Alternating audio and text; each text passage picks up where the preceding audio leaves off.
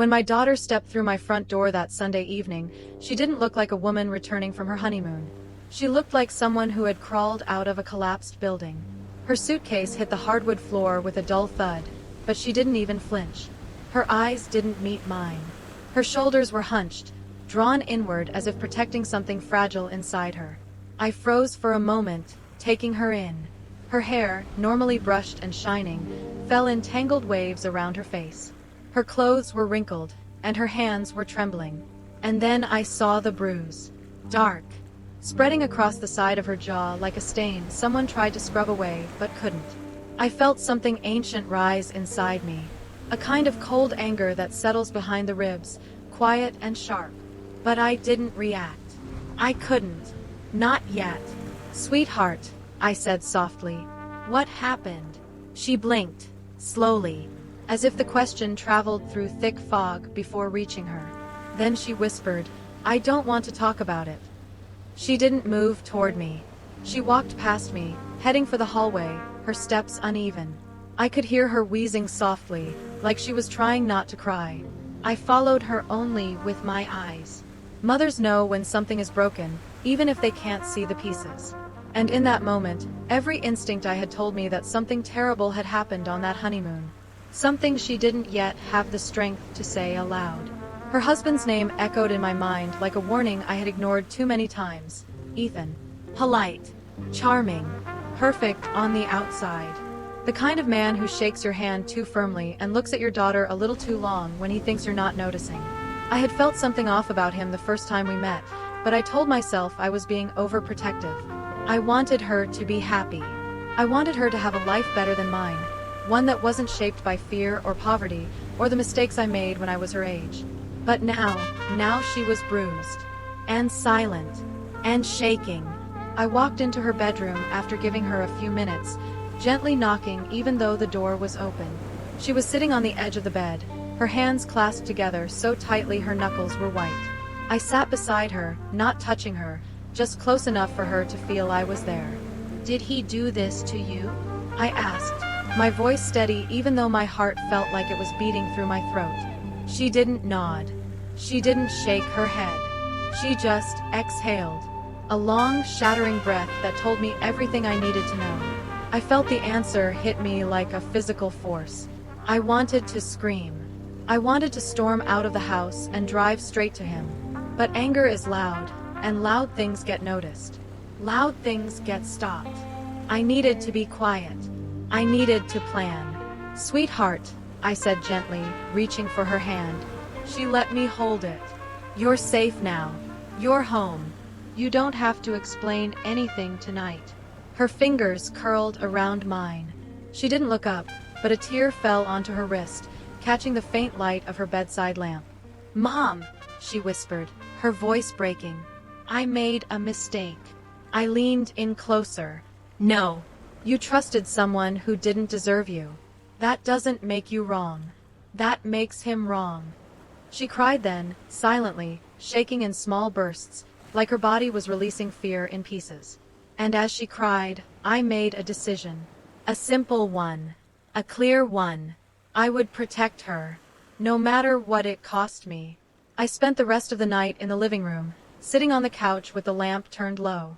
I kept replaying the bruise on her face, the way she couldn't look me in the eyes, the tremor in her voice. She didn't need to tell me what happened. A mother knows. And by dawn, the shape of a plan formed in my mind, dangerous, risky, but possible. A way to confront him without putting her in further danger. A way to use the one thing we shared that most people never noticed unless they saw us side by side. We looked almost exactly alike. The same height, the same hair texture, the same face shape. 42 years old or not, people had mistaken me for her older sister more than once. And Ethan had only met me twice. On the wedding day, in all the chaos, I doubt he looked at me long enough to memorize the details of my face. A terrible idea surfaced in my mind. And yet it felt right. If my daughter couldn't face him yet, I would. I would switch places. I would go in her stead. I would knock on his door. and I would look him in the eyes while he still believed I was the woman he thought he could break. Because sometimes, vengeance doesn't come with fire or fury. Sometimes it comes wearing your daughter's sweater and her wedding ring. And sometimes, that's enough. I woke before the sun, though I'm not sure I slept at all. The house felt unnaturally still, as if it too was holding its breath.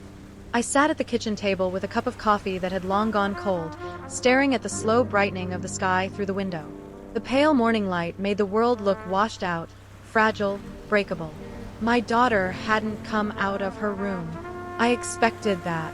People who've been hurt build walls in their sleep, sometimes thicker ones than before. Around 7, I heard the soft creak of her door. Her footsteps were small, hesitant. She appeared in the doorway like a ghost drifting into the room. She wore the same clothes she'd arrived in. Her eyes were swollen, the bruise on her jaw darker now, blooming like something poisonous under her skin. I wanted to cry, but I didn't. I couldn't. She needed steadiness, not more emotion. "Good morning," I said gently. She murmured back, barely audible. "Morning." She sat across from me, folding her hands in her lap. Her fingers twitched, tracing invisible shapes on her jeans, a nervous habit she had as a child when something frightened her. I wanted to ask her again. I wanted the words to spill out of her so we could pick them up together, piece by piece. But trauma doesn't respond well to force. It hides when pushed. So I waited. She stared at the table for a long time before speaking. "Mom, can I stay here for a while?" "You can stay as long as you want," I said immediately. "This is your home." She nodded, but there was something else behind her eyes. Guilt. Shame. The invisible shackles of someone who thinks they're the cause of their own suffering. "I shouldn't have gone," she whispered. "You had every right to go. You trusted someone you loved." She flinched at the word, loved. I noticed it. I tucked that reaction away like a clue. She pulled out her phone suddenly, as if remembering something. The screen lit up, and I saw the flood of notifications before she could hide it. Messages from Ethan. "Are you ignoring me? We need to talk. Don't do this. Call me back. I'm not the bad guy here. You're overreacting. Come home." The last one made my stomach turn. She pressed the power button and the screen went black again. Her hand shook. "Did you tell him you were coming here?" I asked. She shook her head. "He'll find out. He always finds out." The way she said it made my spine go cold. That was when I realized the depth of it. This wasn't just a man who'd lost his temper. This wasn't a moment of conflict or a single mistake. This was a pattern, a system, a cage built slowly and deliberately over time. I reached across the table and took her hand. "He's not finding you here. Not unless you want him to." She didn't respond, but she didn't pull away either. After breakfast, though she didn't eat, only moved food around her plate, she went back to her room. I let her go. I needed a moment alone to think, to breathe, to plan. I walked through the living room, noticing the small things she had brought with her. Her purse left open on the couch, her jacket draped over a chair, her shoes placed neatly at the door. Signs of her presence. Signs of her return. And mixed in with those signs was something else. A growing anger, sharp and clear, like glass under my skin. I picked up her purse. Not to snoop, but because I needed to understand what had happened. She had always packed carefully, organized, methodical. Yet the inside of her purse looked like it had been shaken or grabbed. Makeup cracked. Wallet unzipped. Receipts crumpled.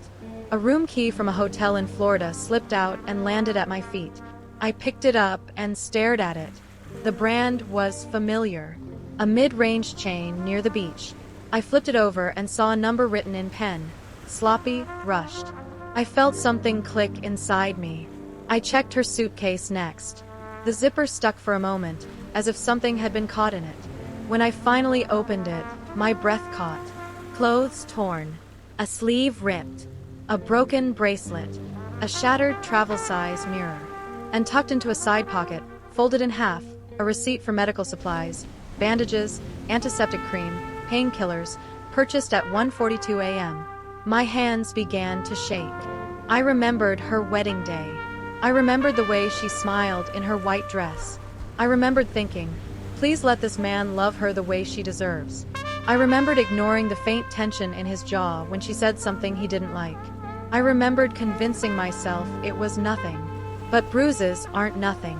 Silence isn't nothing. Fear isn't nothing. I straightened up, breathing slowly. Then I went to her bedroom door and knocked gently. "Come in," she said softly. She sat on the bed, knees pulled to her chest. The sunlight through the window touched her hair, but she looked dimmer somehow, like the light couldn't reach her anymore. I sat beside her. "Honey," I said, keeping my voice even, "I need to ask you something. And you don't have to explain anything you're not ready to. But I need you to tell me the truth." She looked at me, her eyes red and tired. "Did he put his hands on you?" For a moment, she didn't breathe. Then her lips parted. And she nodded. Once. Slowly. Devastatingly. I felt the world tilt. Everything inside me, every fear, every regret, every ounce of love I had carried for her since the day she was born, gathered into one single, unbreakable truth. I would not let that man touch her again. I didn't care what I had to do. I didn't care who I had to become. She wasn't ready to fight. So I would. After she nodded, after she confirmed what I already knew in my bones, the room seemed to shrink around us. The air felt heavier. Time slowed. I could hear her breathing, uneven and fragile, as though her lungs were struggling under the weight of a secret she'd carried alone for too long. I didn't touch her right away. Sometimes touch can feel like pressure, even when it's meant as comfort. Instead, I stayed beside her, close enough for her to feel that she wasn't alone. "He pushed me," she said suddenly. Her voice was thin, stretched, as if each word cost her something. She stared at the window, not at me. I watched her hands twist the hem of her sleeve, small nervous movements that reminded me of when she was 5 years old and afraid of the dark. "He said it wasn't a big deal," she continued. "He said it was my fault. That I made him angry." Anger rose in me again, quiet but sharp. The kind that cuts without sound. I kept my voice steady. "Nothing you did made him hurt you." She swallowed hard. I told him I wanted to go home, and he grabbed my arm. Hard. He said I wasn't leaving until we talked like adults. I felt my jaw tighten. She ran her fingers over the bruise on her jaw, almost absent-mindedly. "We argued. I said I needed space. He said I was being dramatic. And then, things got worse." She stopped. I waited. Sometimes silence isn't empty. Sometimes it's full of all the things someone is trying not to remember. When I tried to walk out of the room, she whispered, "He shoved me into the wall." My stomach dropped. She closed her eyes as if the memory hit her physically. I didn't even understand what happened. One moment I was standing, the next I was on the floor. He apologized right away. He knelt beside me and kept saying he didn't mean it. That he'd had a bad day. That I scared him when I tried to leave. She let out a trembling breath. He said if I told anyone, they'd think I was overreacting. They'd think I was trying to destroy our marriage. My hands curled into fists without me realizing. "He took my phone after that," she said. "He deleted messages. He checked my call log. He stayed awake the whole night, watching me. And when I finally fell asleep, I don't know. I just remember waking up and packing. I had to leave." I inhaled slowly, trying to keep my own emotions under control. What she described wasn't a mistake. It wasn't a moment of lost temper. It was a man establishing control. A man who believed he owned her. A man who thought he controlled the narrative. "You did the right thing by coming here," I said softly. She shook her head. "I feel stupid." "You're not stupid. You're brave." "I should have known." "No," I said firmly. "He should have been better. That's the difference." Her eyes filled with tears again. She wiped them quickly, embarrassed. The action broke my heart in a way I can't explain. She shouldn't have had to be strong for me. I should have been strong for her. After a moment, she whispered, "Mom, what am I going to do?" The truth was, I didn't yet know. But I knew what I wasn't going to do. I wasn't going to let her go back there. I wasn't going to let him rewrite the story. I wasn't going to sit quietly while she healed alone. "I'll take care of it," I said. She looked at me sharply. "Mom, you need rest. You need safety. Let me handle the rest." "Handle?" she repeated, confused. I forced a small smile. "I'm your mother. Handling things is what I do."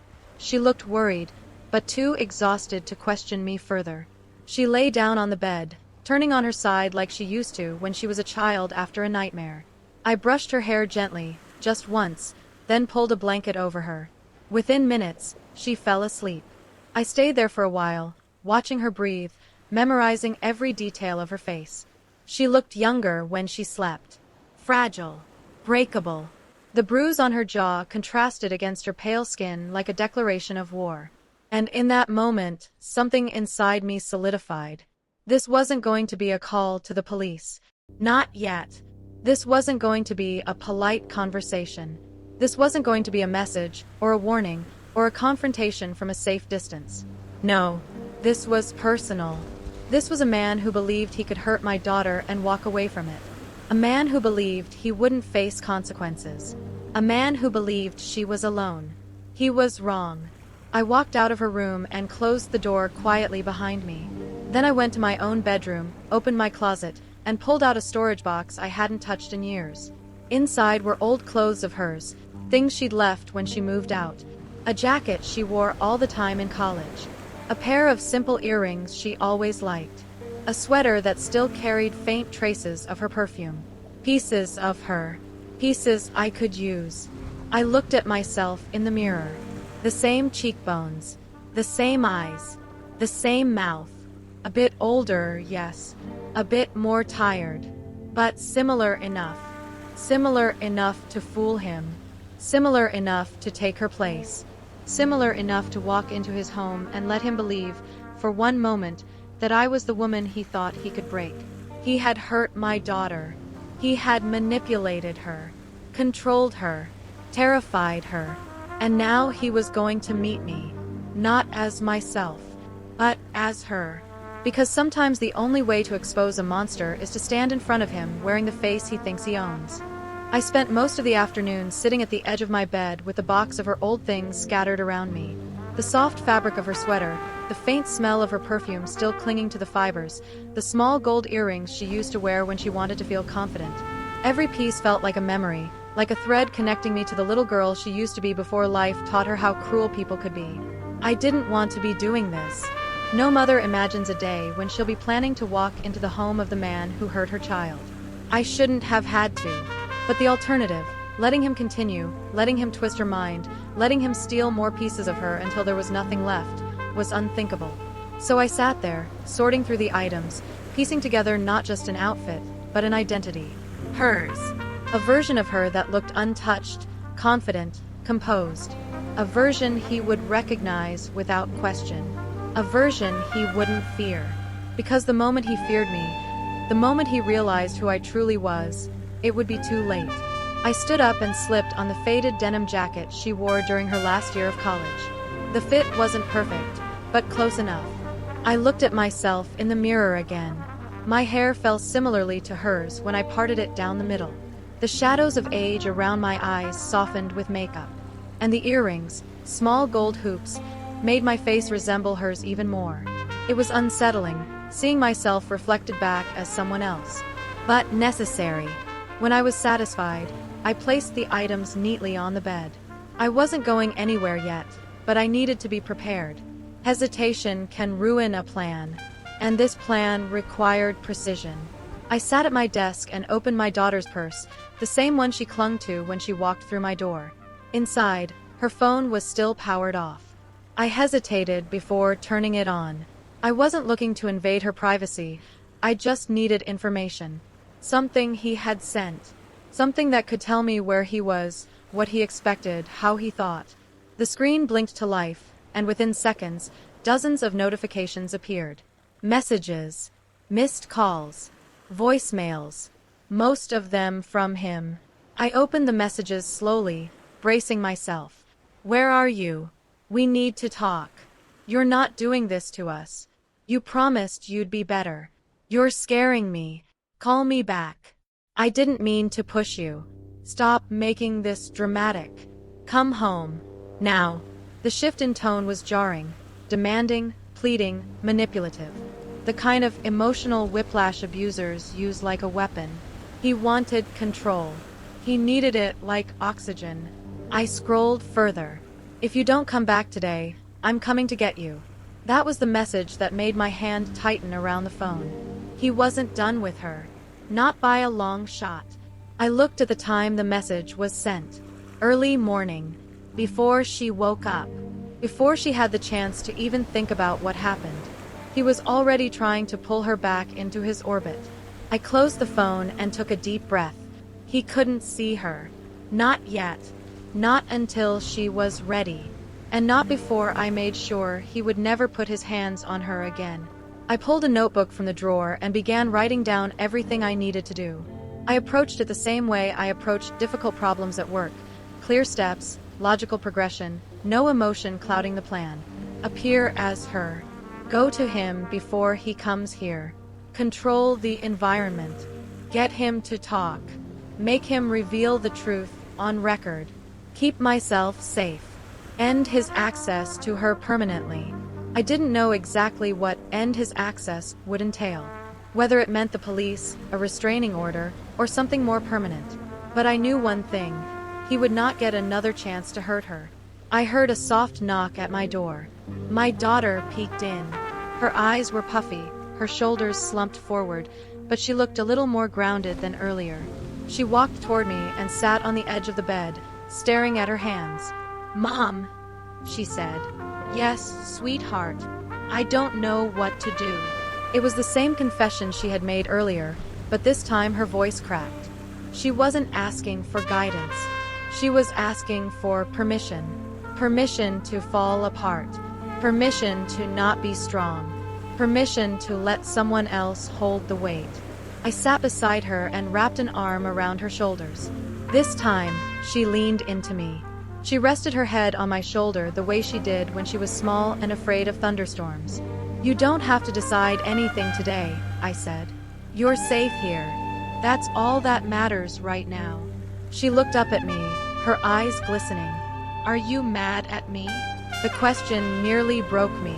"No," I whispered. "I'm furious at him. Never at you." She let out a shuddering breath, and for a moment, I saw a flicker of the young woman she used to be before this man chipped away at her confidence. A spark. A fragment of light. She didn't know that I had already set the wheels in motion. She didn't know that tonight, or tomorrow, depending on when I found him, I would become her shadow, her double, her weapon. But she didn't need to know. Not yet. "Try to rest," I told her gently. "I'll be right here." As she lay back down, I stepped out of the room.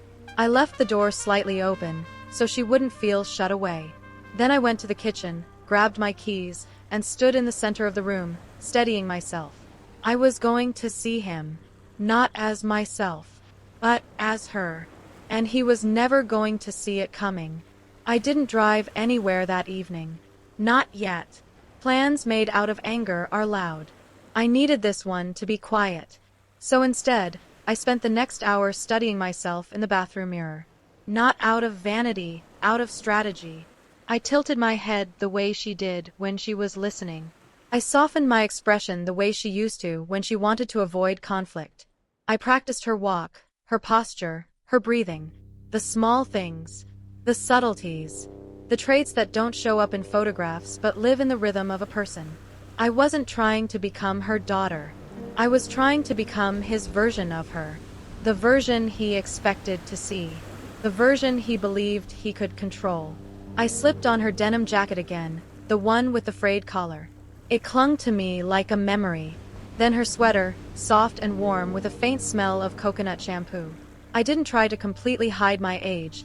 He'd seen her tired before. He'd seen her stressed. He'd seen her after long days and sleepless nights. Abusers don't care about those details. I tied my hair the way she did. then redid it, and redid it again. I wasn't nervous. I was focused. Her wedding ring was on the dresser. I picked it up, feeling its weight. Thin. Simple. He insisted she choose a minimalist style. Not because he cared about aesthetics, but because controlling small things is easier than controlling big ones. I slipped it onto my finger. It fit. That disturbed me more than anything else. I sat on the edge of the tub and opened her phone. I forced myself to scroll through the messages again, not because I needed more information, but because I needed to understand the cadence of his mind. The shift between guilt and anger. The sudden tenderness followed by veiled threats. The manipulative phrasing disguised as concern. I studied him the way one studies a venomous snake, not with fear, but with respect for what it could do. Then, unexpectedly, a new message appeared at the top of the screen. Where are you? Not even a question mark. Just blunt demand. I stared at the words, my pulse steady. He had no idea who was reading it. He had no idea that the woman wearing her clothes wasn't the woman he thought he owned. I set the phone down. Not yet. I needed to reach him before he reached us. Before he realized she was gone longer than he expected. Before he convinced himself she owed him a conversation. The thought of him showing up at my house made my chest tighten. The idea of my daughter hearing his voice through the door. No, that wasn't happening. I stood and turned off the bathroom light. The house was quiet. The kind of quiet that carries tension in every corner. I walked down the hallway, checking on her one more time. Her door was still cracked. Her breathing slow, steady but heavy, the way someone sleeps when exhaustion wins over fear. I stepped back and closed the door gently until only a sliver of light reached the hallway. I went into the kitchen and pulled out a notepad. I wrote down everything I might need to say if I saw him tonight, or tomorrow. Lies wrapped in truth. Truth wrapped in lies. Enough to make him talk. Enough to make him comfortable. Enough to make him reveal himself. This wasn't about fighting him. It was about exposing him.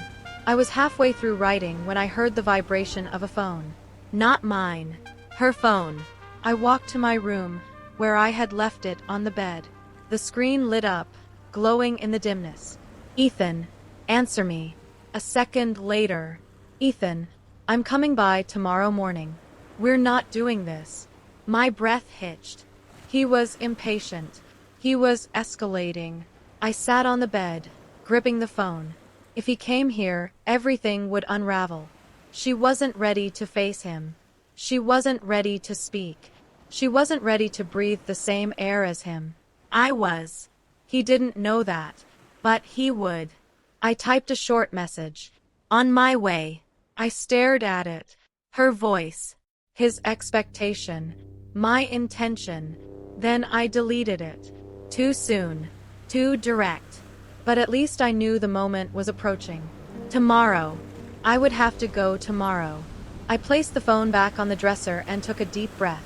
I thought of the day she was born. Her tiny fists. Her small cry. The overwhelming feeling that I would spend the rest of my life protecting her. Tomorrow would simply be an extension of that promise. The difference was the cost. The difference was who I had to become. I turned off the lights in my room and lay down, fully clothed, staring at the ceiling. Not sleeping, just rehearsing, preparing, strengthening the resolve that had taken root in me since the moment she walked through the door with a bruise she tried to hide. I whispered into the dark, not as a vow, but as a truth. You never should have touched her.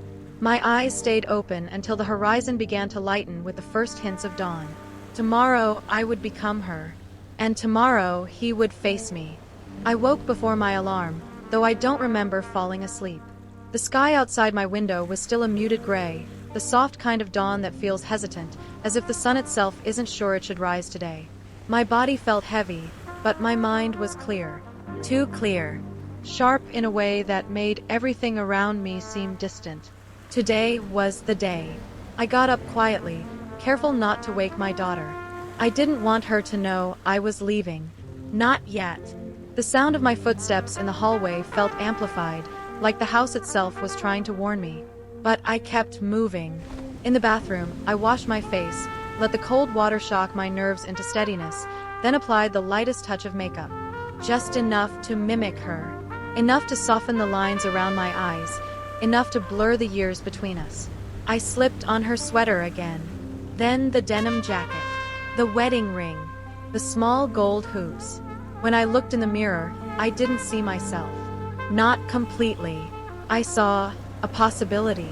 A reflection that was close enough to pass. Close enough to fool the man who had never looked at her closely enough to truly see her. Downstairs, I brewed coffee but didn't drink it. My stomach was too tight.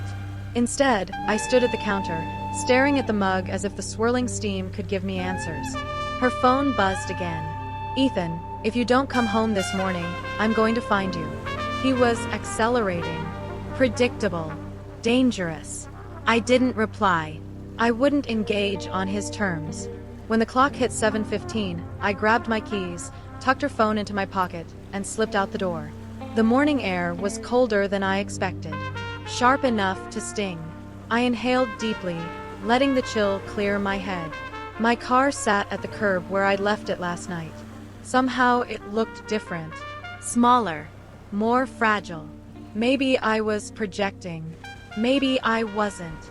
I opened the door, slid into the driver's seat, and rested my hands on the steering wheel for a long moment. My heart thudded steadily, not racing, not panicking, just steady, determined. I started the engine. The road was quiet at this hour. Empty sidewalks. A few early commuters. A jogger in a bright neon jacket. The world looked normal, painfully normal, while inside me everything was shifting. I kept rehearsing the plan in my head. How I would speak. How I would stand. What I would let him believe. What I would never let him see. As I drove, memories surfaced without warning. Her first day of school, the way she hugged my leg before walking inside, the time she broke her arm learning to skateboard, the moment she called me to say she'd gotten accepted to her dream college, her face on her wedding day, glowing with certainty. She had believed in him then. Now she believed in nothing. That was what he stole from her. Not just safety. Not just peace. He stole her sense of self. Her trust in her own judgment. Her ability to recognize love. I gripped the wheel tighter. A few miles outside of town, as the morning light finally stretched across the sky, I pulled into a small gas station. I didn't need gas. I needed information. A quiet place to think. A place where no one would recognize me. I stepped inside. The clerk barely glanced up. That was good. People rarely memorize faces unless given a reason. I bought a bottle of water I didn't really want, then sat in the driver's seat again, drinking just enough to settle my nerves. Her phone was still silent. Good. He wasn't expecting anything yet. I opened the GPS, typing in his address. I had been there only once, briefly, after the wedding. When they moved into the townhouse, he insisted on choosing alone. A fresh start, he'd called it. A place they could build a future. I remember thinking it felt sterile, too polished, not lived in. Like a showroom he wanted to control. As the route loaded, I stared at the map. 28 minutes away. Close enough to reach him before he made any decisions. Far enough away that my daughter would never sense my absence until I returned. I placed the phone down and leaned back, letting my mind settle into the final version of the plan. I wasn't going there to provoke him. I wasn't going there to fight. I wasn't going there as a mother consumed by rage. I was going there as her. Her voice. Her presence. Her vulnerability. Because vulnerability is a mirror. Monsters show themselves when they think no one is watching. If he believed I was her, he'd reveal the truth he'd been hiding behind excuses and apologies. And in that truth, he would expose himself. Then I would decide the next step. I turned the key again and merged back onto the road. The closer I got, the more the scenery changed. Suburban comfort transitioning into the neat, quiet neighborhoods favored by people who liked order, who liked control, who liked appearances. His street was lined with identical trees, identical driveways, identical houses built to look safe and welcoming. But I knew better. Danger doesn't always come from dark alleys. Sometimes it comes from well-maintained lawns and matching flower beds. I turned onto his driveway, my heartbeat finally picking up, thrumming hard beneath my ribs. The house stood silent. Too silent. I put the car in park. My fingers brushed the wedding ring on my hand, and for a moment, my breath hitched. Not out of fear, out of clarity.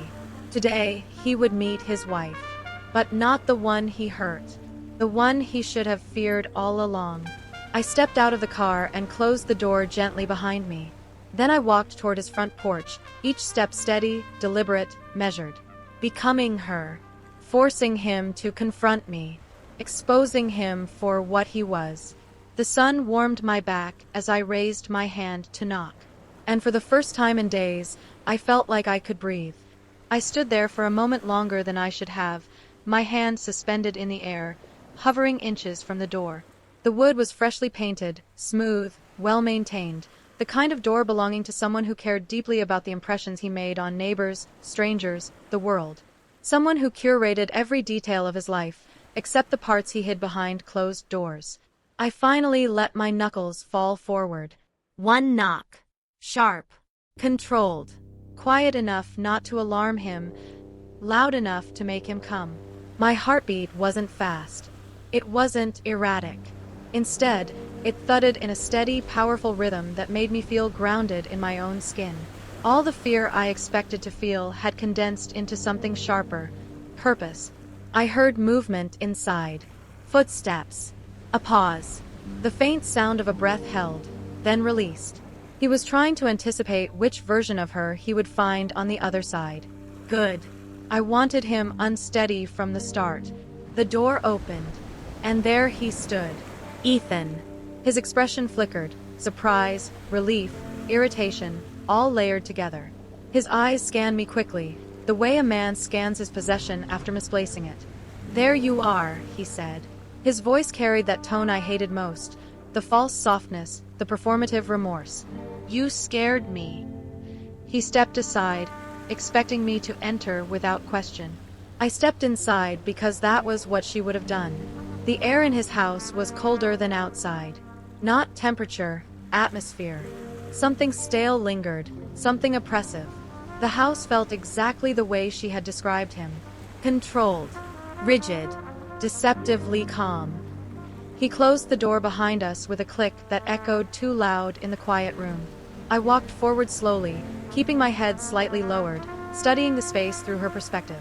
The furniture was neatly arranged. The kitchen counters spotless. No clutter, no warmth, no sign of real life. His obsession with order wasn't about cleanliness, it was about dominance. Control disguised as structure. I was worried, he said again. You didn't answer your phone. I shrugged lightly, careful to mimic her subtle body language. I needed time. He crossed his arms, leaning against the counter. Time for what? To blow things out of proportion. There it was, the first crack in his mask. I stayed quiet. Silence makes men like him uncomfortable. They fill it with their own excuses. You know, he continued, forcing a laugh. People fight. Couples fight. It happens.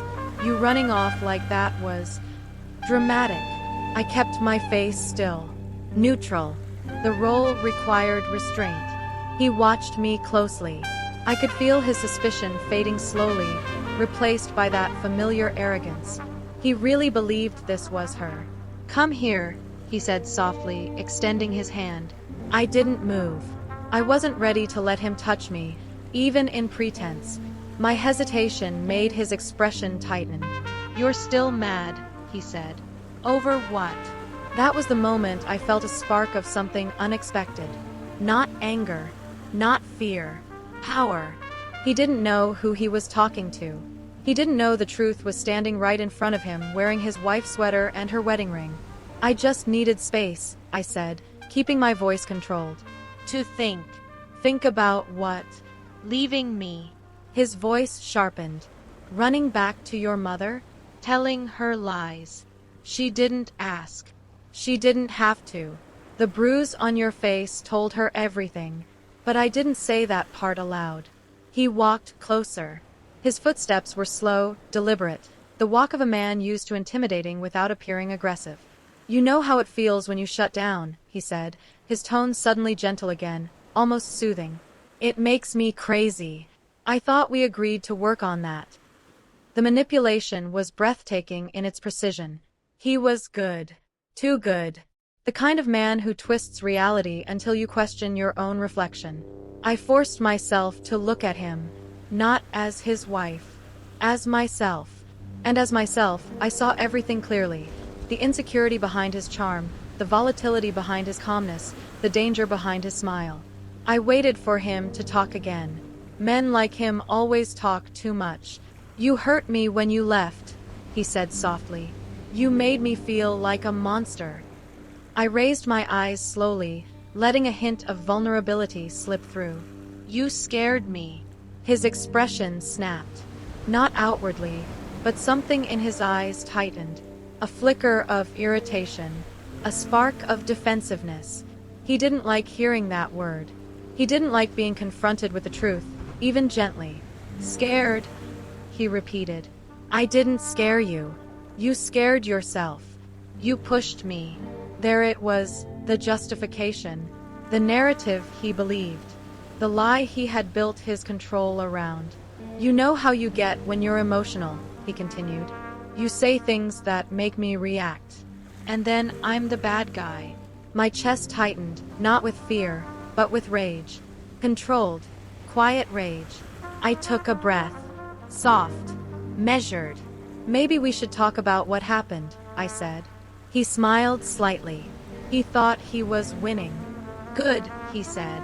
"Talking is good. Sit with me." He motioned toward the couch. I walked toward it slowly. The moment I sat down, I realized something important. He wasn't going to confess right away. He wasn't going to be obvious.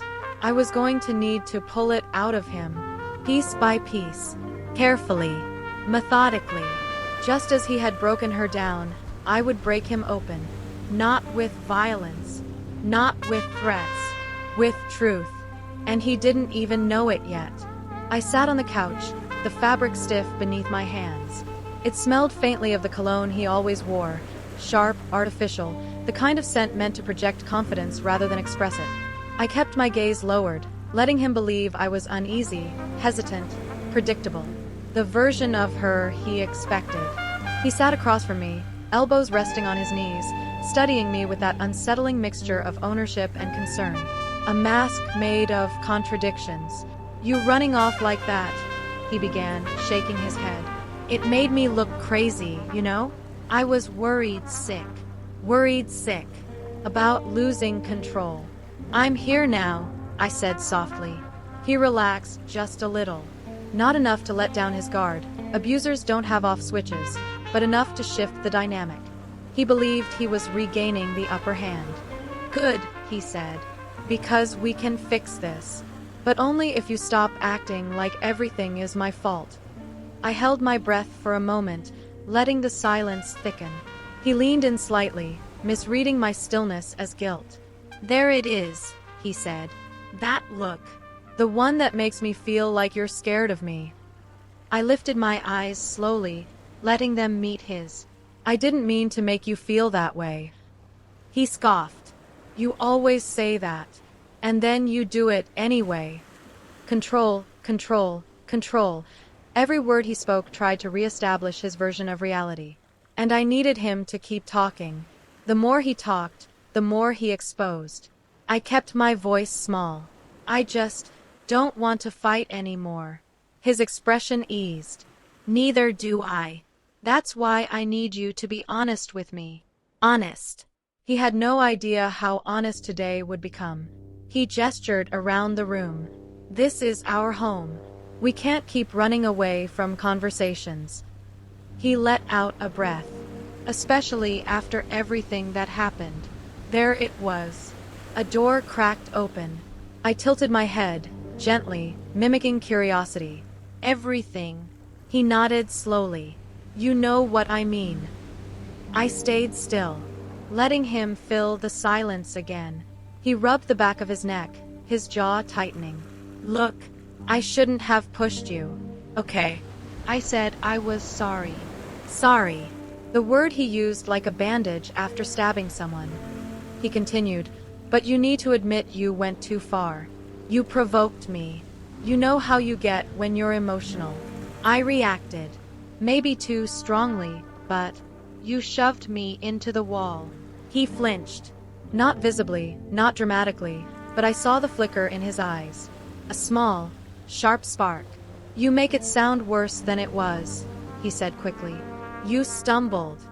No, I said quietly. I remember the impact. He exhaled sharply, leaning back into the couch as if the conversation were exhausting him. You're blowing it out of proportion. I let my voice tremble, just enough. It hurt. He stared at me for a moment, something dark swirling behind his eyes.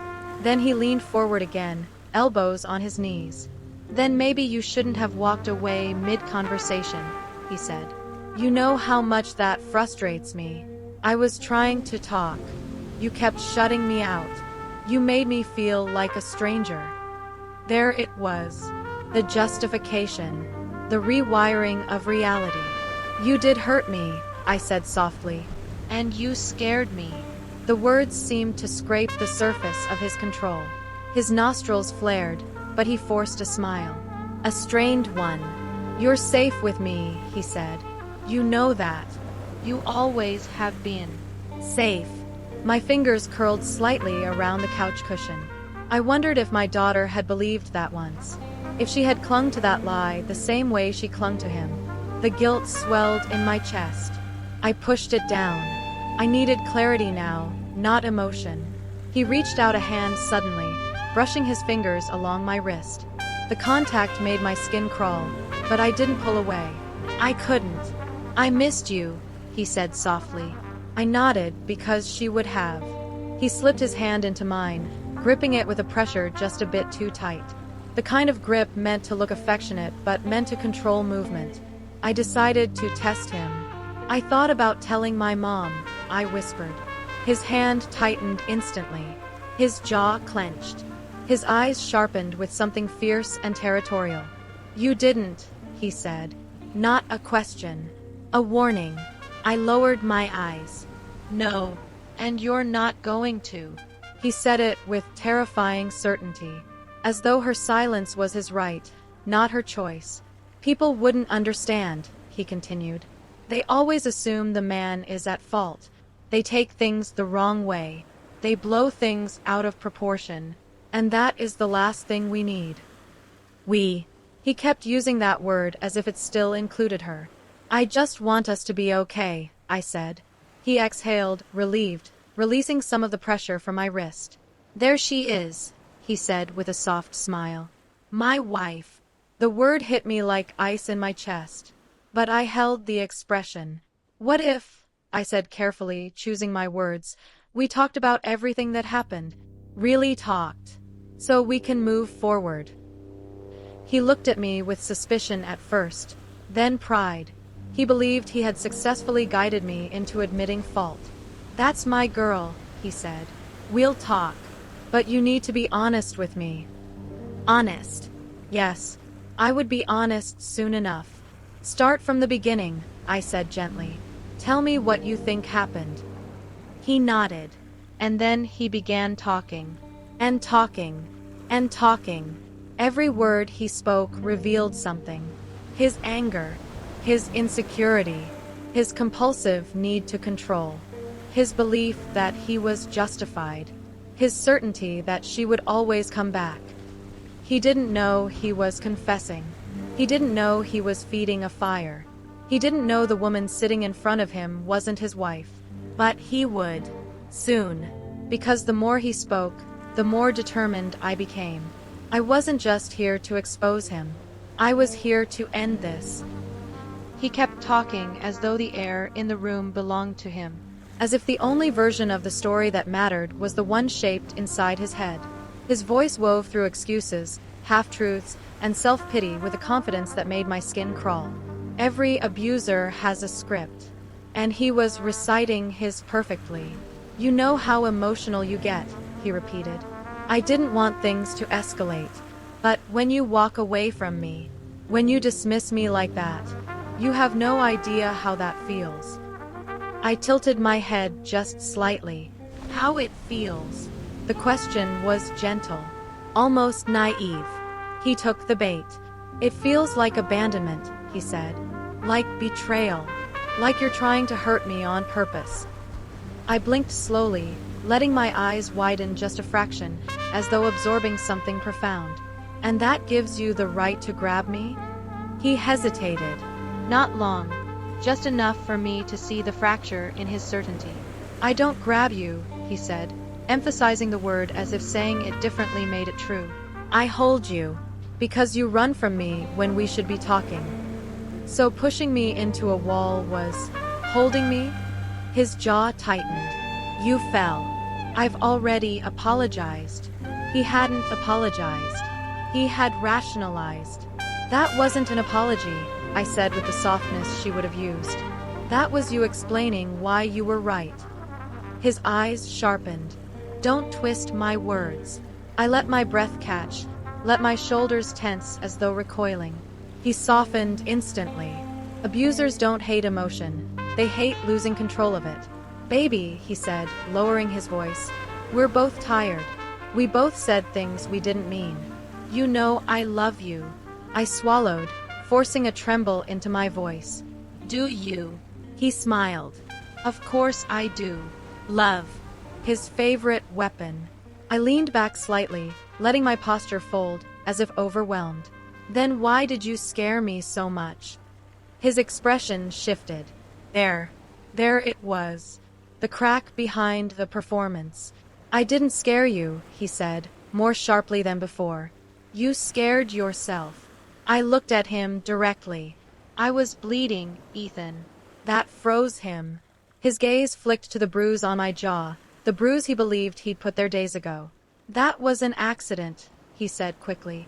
And you know that. I don't. He let out a frustrated sigh, running a hand through his hair. You're being dramatic again. I let silence grow between us, air thick as concrete. Then slowly I whispered, I thought you loved me. He exhaled heavily and moved toward me, kneeling in front of the couch. I forced myself not to recoil. I do love you, he said, placing his hands on my knees. More than anything. That's why it hurts so much when you run away.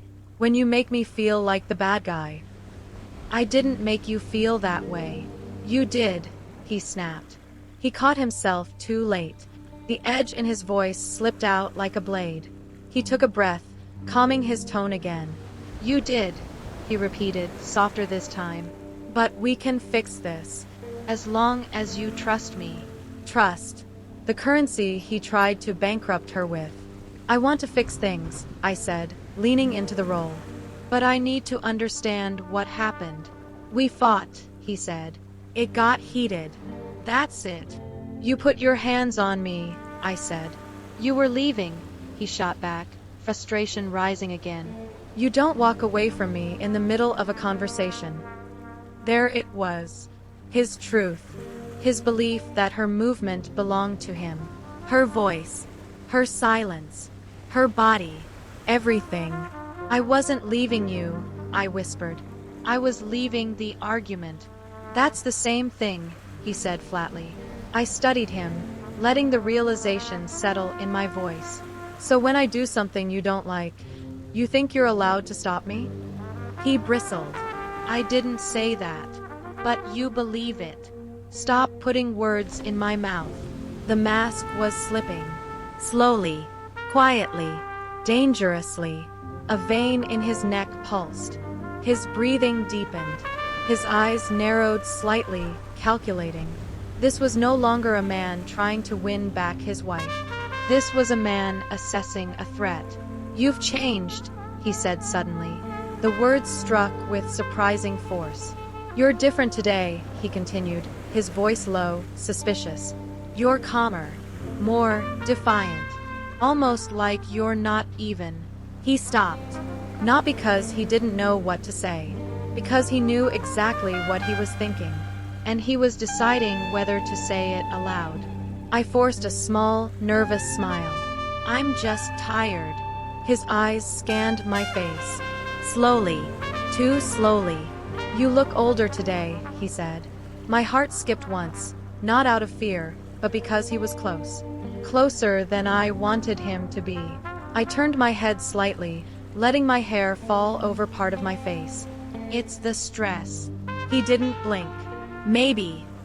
He stood up abruptly and walked toward the kitchen counter, grabbing a glass and filling it with water. His movements were stiff now. Controlled. Controlled in a different way. Cautious, not confident. Good. Let him feel off balance. Let him doubt. He set the glass down harder than he needed to. You're hiding something. I exhaled, letting just the right amount of tension show. I'm hiding that I'm hurt.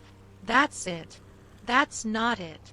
His voice was calm, but the calmness felt like a held breath before a storm. I watched him without speaking. He took a slow step toward me. Then another. Then another. You're not telling me everything, he said. And I don't like lies. I forced a tremor into my voice. I'm not lying. He leaned closer. His face inches from mine. His eyes scanning me like a scanner searching for cracks. Something shifted in his expression. Not certainty. Not suspicion. Recognition. His gaze dropped to my hands. To the wedding ring. To my wrist. To the subtle shape of tendons, veins, age. Then back to my eyes. You look different, he whispered. I held my breath. The room felt tight around us. Gravity heavier. Air thinner. He leaned closer still. Why do you look different today? His breath was too close. Too warm. Too controlled. That kind of proximity didn't belong to a conversation. It belonged to interrogation. And he was studying me, not the way a husband studies a wife, but the way a predator studies prey that has suddenly stopped behaving the way he expects. My pulse stayed steady. My face stayed soft. My expression stayed hers. What do you mean? I asked quietly. He didn't blink. You look older. The word cut sharper than I expected. Not because it was about me, but because it was a reminder of how he saw her. Youth as currency. Beauty as leverage. Control disguised as concern. I turned my head slightly, letting the light hit my face at a softer angle. I haven't slept, I murmured. He stepped closer. I didn't step back. If I stepped back, he would smell fear. If I stepped back, he would know. His eyes scanned my features again, slower this time. Intentional. Analytical. It's not just tiredness, he said. A beat of silence stretched between us. I forced my shoulders to slump just the way she does when she's overwhelmed. Everything that happened, it aged me overnight. It was a believable lie. A painful one. One rooted in truth, just not the truth he imagined. He exhaled, long and controlled. His posture softened, just barely, as if part of him wanted to believe the explanation, but another part still sensed something wrong beneath the surface. Maybe, he allowed. His fingertips brushed my jaw, right at the edge of the bruise. I made myself flinch, not overly dramatic, just enough to remind him of the damage he caused. He closed his hand into a loose fist and stepped back. You shouldn't look at me like I'm a threat, he said quietly. I'm your husband. I let my eyes fall to the floor. Sometimes, you scare me. His nostrils flared. I told you, I didn't mean to hurt you. I know. But you don't act like you know. I lifted my head, letting vulnerability blur my expression. Because I don't understand why you pushed me. He inhaled sharply, annoyed. You keep saying, pushed. I told you, you slipped. You always make everything sound worse. There it was again, the rewriting of reality. You were angry, I whispered. He crossed his arms. And you were provoking me. I didn't think asking for space was provoking you. You walked away from me. I was overwhelmed. You were disrespectful. There, the truth. Not about the moment, but about him. Control. Control disguised as righteous indignation. I felt my anger rising like a tide, but I pressed it down. I reminded myself why I was here. Not to fight him, not to yell, not to crumble. I was here to reveal him, piece by piece. I let my voice soften. I'm not trying to fight. I just want you to tell me what you felt when it happened. That disarmed him. Men like Ethan don't know how to resist the invitation to explain themselves. It feeds their ego. It gives them space to justify their cruelty. He hummed, pacing slowly in front of the coffee table. He walked like a man reviewing notes before delivering a performance. I felt, he began, that you weren't listening. That you were making me out to be the villain. And that hurt me. I reacted because I wanted you to stop dismissing me. By grabbing me? Yes, he said bluntly. He didn't even realize he had just admitted it. And pushing me? I added. He hesitated only a moment this time. I didn't mean to push you that hard. But you did push me. His jaw tightened. I didn't mean it. I nodded slowly, as though trying to process the confession. Do you regret it? Of course, he said. But you never take responsibility for the things you do that set me off. There it was, the core of his worldview. I made my voice small again. I didn't know I was setting you off. You should, he said. You're my wife. You should know me better than that. His gaze locked onto mine. Something shifted in his eyes again, an unsettling calculation. He stepped closer. Too close. You should know everything about me, he murmured. I held still. You should know how to talk to me, how to calm me down, how to understand what I need. What you need. I echoed softly. Yes, I need stability. I need you to not make me feel abandoned. I need you to stop acting like a scared child every time we argue. He was spiraling, not outwardly, inwardly. His ego turning in circles, searching for a stable narrative. A narrative where he was both victim and hero. I took a slow breath. What if I told you that I am scared?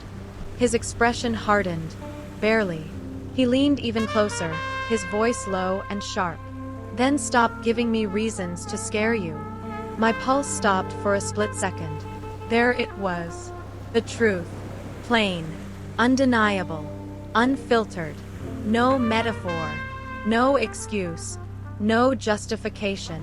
A man admitting who he really was. But he wasn't done. He lifted my chin with 2 fingers, studying my face again. You really do look different today, he whispered. My breath hitched, just enough for him to feel in control. He smiled slightly. But I don't mind, as long as you remember who you belong to. Inside, something in me snapped. Quietly, without sound, without motion, but I kept my face soft, because the time for revelation hadn't come yet. But it was close, very close. He released my chin and stepped back, satisfied. Satisfied with himself. Satisfied with the conversation. Satisfied with the control he thought he had reclaimed. He had no idea that every word he spoke was evidence. Every excuse an admission, every denial a confession, every moment bringing me closer to the truth I needed him to expose fully. And soon, he would. The moment he pulled his hand away from my chin, I felt the air in the room shift. Not physically, emotionally. The kind of shift you feel in your spine before a storm hits. Something about him had changed. A suspicion had taken root. Small, but growing. His eyes lingered too long on my skin, my posture, my breath. But he still wasn't sure. Not yet. Not enough to confront me directly. That uncertainty was my only advantage. He walked around the living room slowly, like a predator circling something it hadn't fully identified. His footsteps were measured, his breathing steady, but the tension in his shoulders betrayed him. Something's off with you today, he said. I let my gaze drop to the floor. I'm tired. That's not it. I ran my thumb along the wedding ring, a subtle gesture she used to do. I'm overwhelmed. That's not it either. He was watching me, really watching me, and for the first time since I stepped into this house, I felt the danger sharpen. Not physical danger, not yet. The danger of discovery. The danger of him realizing that the woman in front of him wasn't the one he believed he owned. I turned slightly, so my face was angled away from the brighter light. It helped. Shadows have a way of erasing years. You're acting strange, he continued. Your voice, your posture, everything feels different. I forced a small laugh. Maybe I grew up overnight. He didn't laugh back. Instead, he came closer.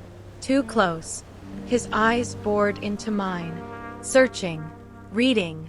Calculating. You didn't sleep at the hotel, he said, as though reminding me of a shared memory. Testing me. I nodded. I know. You were upset. Yes. You left at 3 a.m. I inhaled softly. I needed to go. He tilted his head. Where did you go? My heart didn't race. My voice didn't tremble. I had rehearsed this part in my mind. Home.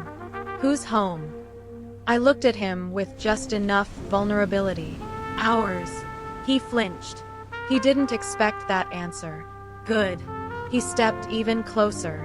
The smallest shift of weight, but it felt like the room shrank. You're avoiding my questions, he said. I shook my head. I'm just trying not to fight. But we should fight, he said softly.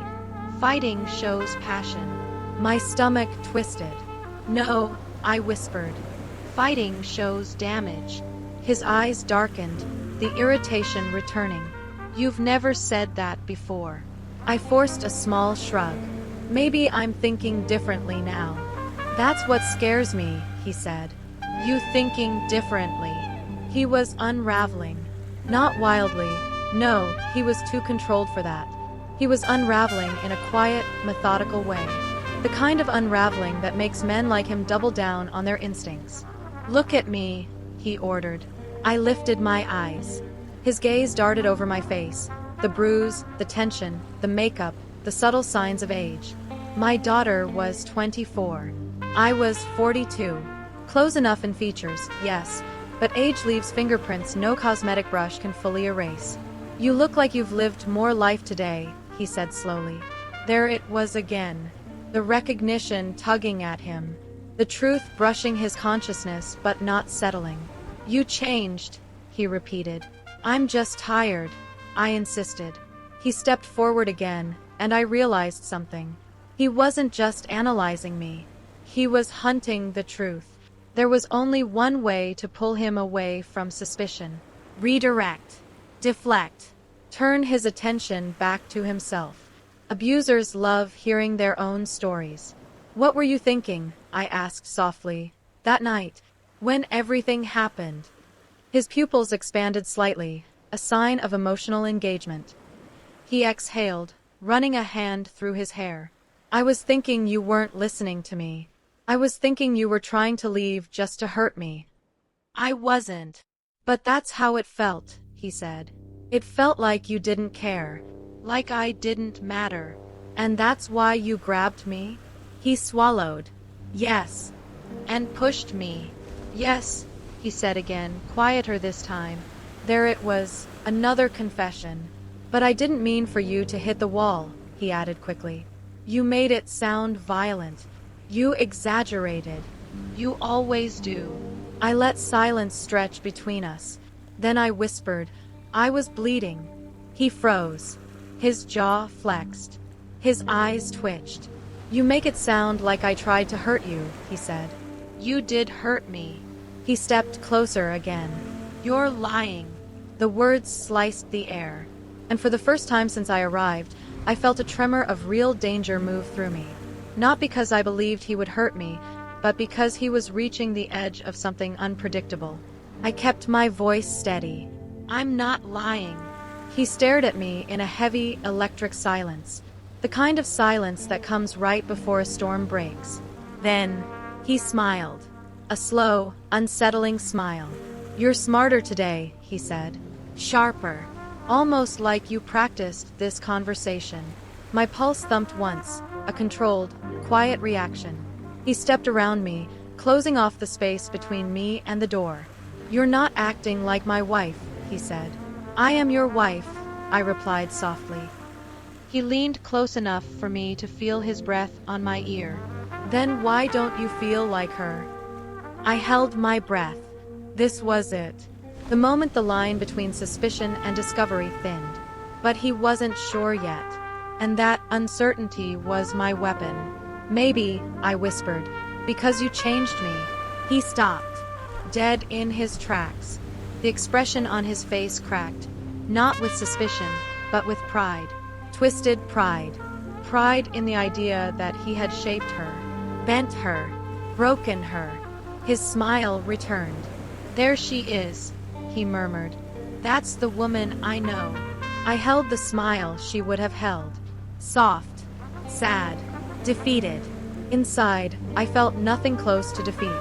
Inside, I felt the fire growing. He didn't know it yet. But the moment he believed he had won was the moment he had lost everything. He thought he had won. I could see it in the way his shoulders relaxed, the way his breathing slowed, the way his eyes softened with that familiar, twisted satisfaction. He believed he had pulled me back into orbit, back into his narrative, back into the role he'd written for her. "You see," he said, as if delivering a closing argument, "we're fine. We just had a rough moment. Couples go through things like this all the time." I let him talk.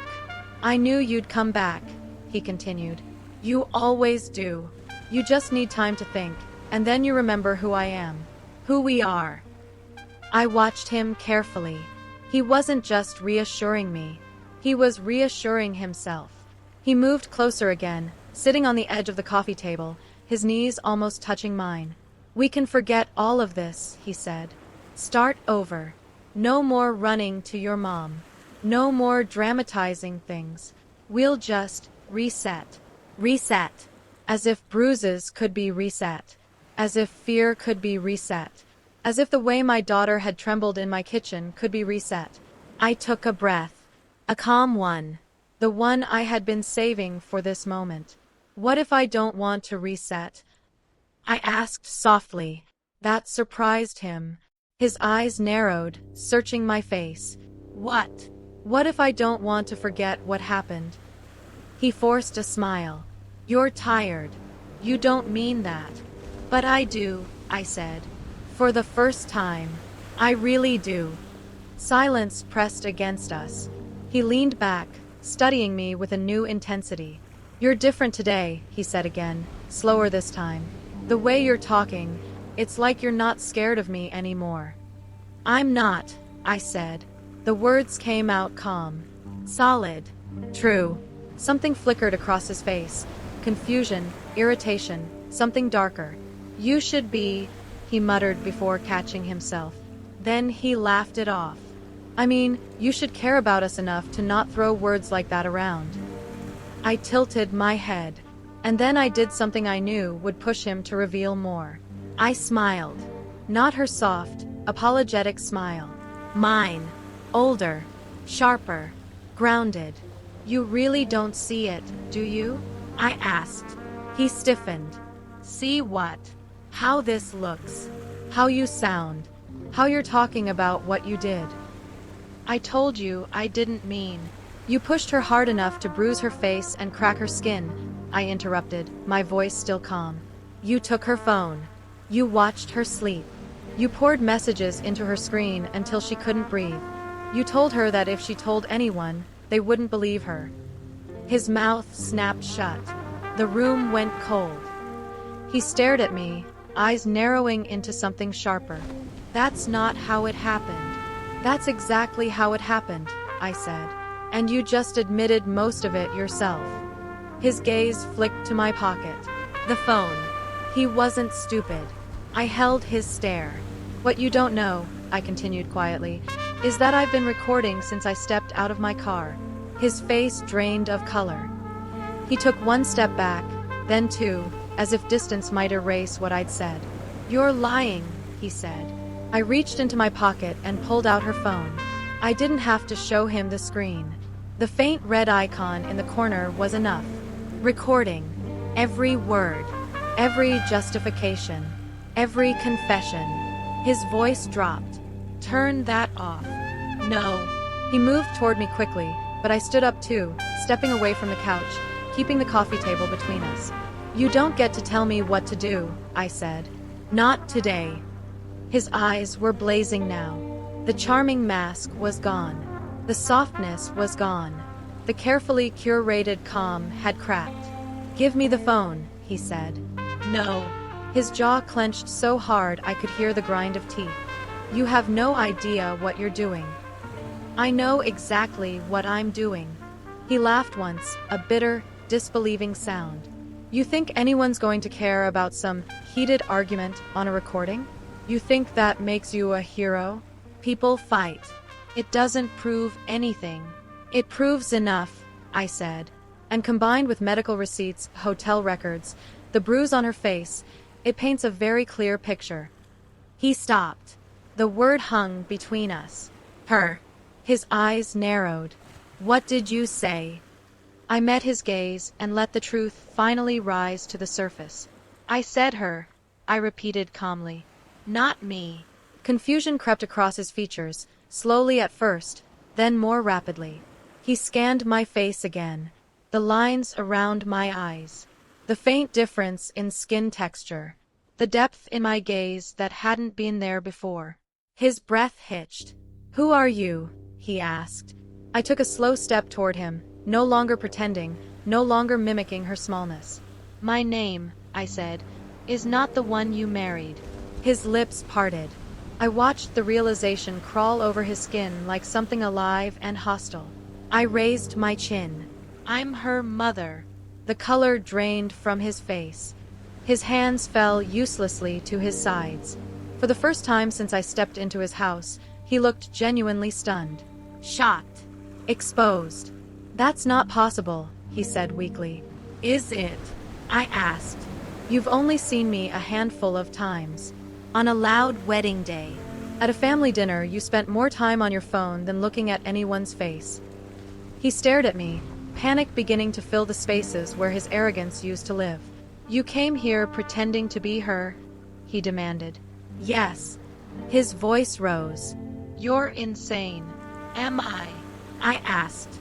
Or did I just do what you never expected? Stand in front of you without fear? He took a step forward, rage overtaking his shock now. You had no right. I cut him off. You had no right to put your hands on my daughter. The words slammed into the room like a physical force. He inhaled sharply, his fists balling at his sides. You don't understand what happened between us.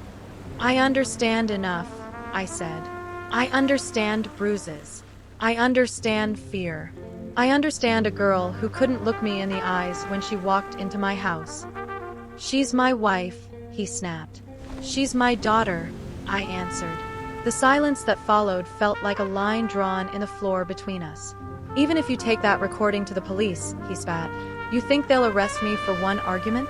For one bad night? I'll say you're meddling. I'll say you're trying to ruin our marriage. No one's going to care. That's the difference between us, I said softly. You still think this is about what you say. His eyes flashed. It's about what you did, I continued, and what you keep doing. As if on cue, my watch buzzed softly on my wrist. I didn't look at it. I didn't need to. I knew what it meant. I had given my sister a simple instruction early that morning. If I didn't text her every 30 minutes, if my location didn't move back toward home by a certain time, she would call the police and report a welfare concern at this address. I knew better than to walk into the home of a violent man without anyone knowing where I was. I had not texted. On purpose. Outside, the faint sound of tires on asphalt reached us. A car slowing. Another. His eyes flicked toward the window. What did you do? He demanded. I finally allowed myself a small, cold smile. I stopped resetting, I said. There was a knock at the door. This time, I didn't flinch. He stiffened, glancing between me and the entrance. For the first time, his control was gone. Fully. Visibly. Tangibly. He hissed. Don't say anything. If you're so innocent, I replied, why are you afraid of what I might say? The knock came again. Louder. Police, open up. His eyes widened. That recording, I added quietly, is already backed up. Even if you take this phone from me, it won't change anything.